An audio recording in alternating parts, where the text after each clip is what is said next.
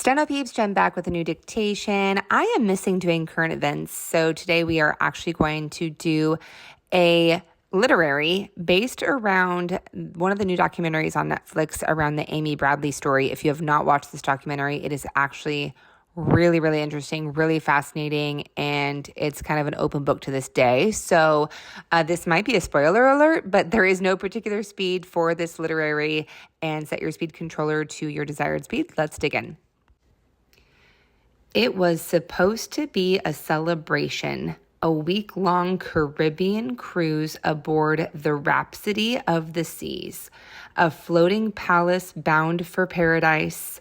For Amy Lynn Bradley, a bright, athletic 23-year-old from Chesterfield County, Virginia, the trip was a chance to relax with her family, her parents, Ron and Eva, and her younger brother, Brad, before starting a new job. It would be the first real vacation she had taken in years.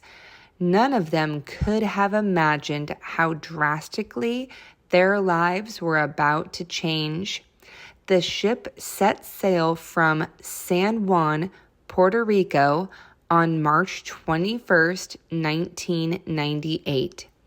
Amy had recently graduated from Longwood College and was looking forward to a promising career. Her family described her as responsible and cautious, not the type to wander off or act impulsively. She was an accomplished swimmer, a lifeguard, and not one to take unnecessary risks, especially at sea. On the night of March 23rd, the cruise was in full swing. There was music, dancing, and island air. Amy and Brad went to the dance club on board, mingled with other passengers, and enjoyed the carefree atmosphere of vacation. Photographs taken that night show Amy smiling, her brown hair pulled back, her green eyes vibrant and full of life. Sometime around 1 a.m., she and Brad returned to the cabin. He fell asleep quickly, but Amy sat on the balcony alone, smoking a cigarette. Around 5:30 a.m., their father, Ron, woke briefly and saw Amy on the balcony still awake.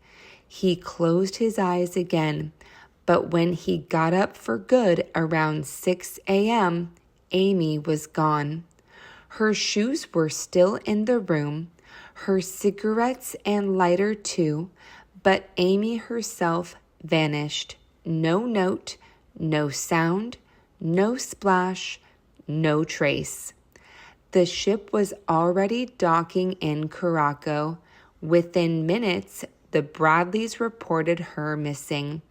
They begged the crew to delay disembarkation, but Royal Caribbean didn't treat it as an emergency. They made a general announcement asking Miss Amy Bradley to please come to the purser's desk. By the time any meaningful search began, hours had passed. Passengers had already disembarked. Evidence may have walked off the ship with them. In the days that followed, helicopters combed the waters, drivers searched the sea, dogs sniffed the ship, but Amy wasn't in the ocean. Not according to her family. They were certain of that. She was a strong swimmer, too careful to lean over railings. No one had seen or heard any signs of struggle.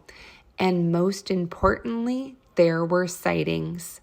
The first came from a Canadian man who claimed he saw a woman resembling Amy on the beach in Curaçao, walking with two men.